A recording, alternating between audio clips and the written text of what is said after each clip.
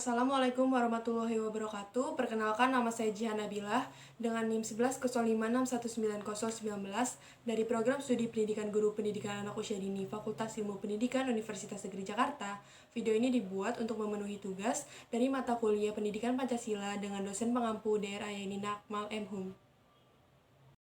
Pancasila adalah dasar ideologi negara Indonesia. Nama ini terdiri dari dua kata dari Sanskerta, panca artinya lima dan sila artinya prinsip atau asas. Pancasila merupakan rumusan dan pedoman kehidupan berbangsa dan bernegara bagi seluruh rakyat Indonesia. 5 sendi utama penyusun Pancasila adalah ketuhanan yang Maha Esa, kemanusiaan yang adil dan beradab, persatuan Indonesia, kerakyatan yang dipimpin oleh hikmat kebijaksanaan dalam permusyawaratan perwakilan, dan keadilan sosial bagi seluruh rakyat Indonesia. Dan tercantum pada alinea keempat pembukaan Undang-Undang Dasar 1945. Sila pertama, ketuhanan yang Maha Esa. Sila pertama dilambangkan oleh bintang emas dan perisai hitam. Bintang emas diartikan sebagai cahaya kerohanian, sedangkan latar belakang berwarna hitam melambangkan warna asli yang menunjukkan bahwa Tuhan sebagai sumber dari sesuatu dan sudah ada sebelum segala sesuatu ada di dunia ini. Sila pertama mengandung nilai religius yang dapat kita terapkan pada kehidupan dengan cara setiap warga negara beribadah sesuai dengan agama yang mereka anut. Implikasi dari sila pertama, menumbuhkan karakter anak melalui nilai ketuhanan di mana karakter ini dapat ditumbuhkan dengan mengajarkan pengetahuan agama sejak dini. Orang tua serta guru perlu mengajarkan tentang keagamaan, tidak hanya melalui teori tetapi juga melalui praktek langsung dengan anak. Contohnya seperti orang tua maupun guru mengajarkan anak bagaimana cara beribadah, mengajak anak untuk beribadah ke rumah ibadah, dan mengajarkan anak cara membaca kitab sesuai dengan agama yang dianut. Implikasi dari sila pertama yaitu saat ini banyaknya kegiatan keagamaan yang diberhentikan untuk sementara seperti sholat Jumat di masjid maupun ibadah dan misa di gereja. Hingga akhirnya seperti sholat Jumat itu kebanyakan dilakukan di rumah sendiri agar menghindari dari berkumpulnya orang-orang banyak. Kemudian juga menjadi banyaknya kajian-kajian via online di beberapa media sosial seperti WhatsApp, podcast, dan lainnya. Sila kedua, kemanusiaan yang adil dan beradab. Sila kedua dilambangkan rantai yang menandakan hubungan manusia satu dengan yang lain yang sama-sama saling membantu. Sila kedua mengandung nilai kemanusiaan yang dapat kita terapkan dengan menjunjung tinggi hubungan warga negara yang dilakukan secara adil dan beradab dengan mengakui persamaan derajat, hak, dan kewajiban antara sesama manusia.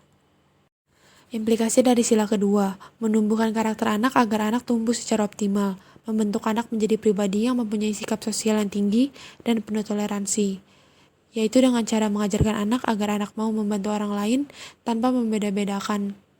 Implikasi dari sila kedua yaitu banyaknya orang-orang yang saling membantu satu sama lain dalam pandemi ini, baik menjadi frontliner atau garis terdepan seperti dokter, perawat maupun menjadi tenaga kesehatan. Selain itu juga ada orang-orang yang membuka donasi dan ikut berdonasi. Sila ketiga, Persatuan Indonesia, dilambangkan oleh pohon beringin yang memiliki akar yang menjalar kemana-mana, yang melambangkan Indonesia sebagai negara kesatuan yang memiliki latar belakang budaya yang bermacam-macam. Slide ketiga mengandung nilai persatuan yang dapat kita terapkan dengan menjunjung tinggi derajat persamaan setiap warga negara tanpa membeda-bedakan berdasarkan suku, agama, ras, dan antar golongan.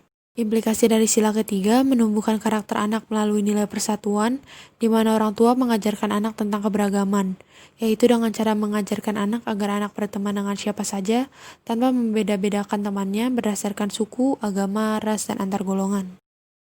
Implikasi dari sila ketiga yaitu masyarakat Indonesia saling membantu tanpa melihat sara demi mencegah dan mengatasi virus corona dengan berbagai hal, baik mendonasikan masker, pakaian APD, bantuan dana, dan lain-lain. Sila keempat, kerakyatan yang dipimpin oleh hikmat kebijaksanaan dalam permusyawaratan perwakilan. Sila keempat dilambangkan oleh banteng yang merupakan hewan sosial yang suka berkumpul, seperti halnya musyawarah di mana orang-orang berdiskusi dan berkumpul untuk membicarakan suatu masalah. Sila keempat mengandung nilai kemasyarakatan yang dapat diterapkan dengan cara yakni warga Indonesia bermusyawarah untuk mengambil suatu keputusan. Keputusan yang diambil nantinya merupakan hasil dari musyawarah dan mufakat. Implikasi dari sila keempat yaitu menumbuhkan karakter anak melalui nilai kemasyarakatan, di mana orang tua mengajarkan anak untuk menjunjung tinggi sikap demokrasi dan menempatkan kepentingan bersama di atas kepentingan pribadi atau golongan. Implikasi dari sila keempat yaitu pemerintah melakukan musyawarah selama pandemi corona ini. Contohnya seperti MUI yang bermusyawarah dan mengeluarkan fatwa tentang peribadatan selama pandemi corona ini. Selain itu juga Presiden juga bermusyawarah dengan para ahli, yaitu menteri-menteri bidang-bidang terkait selama periode ini. Sila kelima, keadilan sosial bagi seluruh rakyat Indonesia. Sila kelima dilambangkan oleh padi dan kapas, yang merupakan pangan dan sandang yang menjadi kebutuhan pokok seluruh rakyat Indonesia tanpa melihat status ataupun kedudukan. Sila kelima ini mengandung nilai kesejahteraan yang dapat diterapkan dengan cara setiap warga negara mendapatkan perlakuan yang adil dalam seluruh aspek sehingga terciptanya masyarakat yang adil dan makmur. Implikasi dari sila kelima yaitu menumbuhkan karakter anak melalui nilai kesejahteraan dan keadilan, di mana orang tua wajib membiasakan anak untuk bersikap adil. Orang tuanya sendiri pun juga harus adil terhadap anak-anak mereka tanpa membeda-bedakan anaknya yang satu dengan yang lain, yaitu dengan cara anak-anak dipenuhi kebutuhannya secara adil dan anak-anaknya tidak dibedakan dengan saudara yang lain ataupun dengan tetangganya. Implikasi dari sila kelima yaitu diterapkannya pembatasan pembelian masker, hand sanitizer, maupun alat-alat kesehatan lainnya di beberapa toko kesehatan maupun apotek, sehingga seseorang hanya bisa membeli masker sebanyak 2 buah setiap harinya tanpa memandang orang itu berdasarkan sara maupun kedudukannya. Kesimpulan, makna penting dari Pancasila untuk menjaga eksistensi negara Indonesia.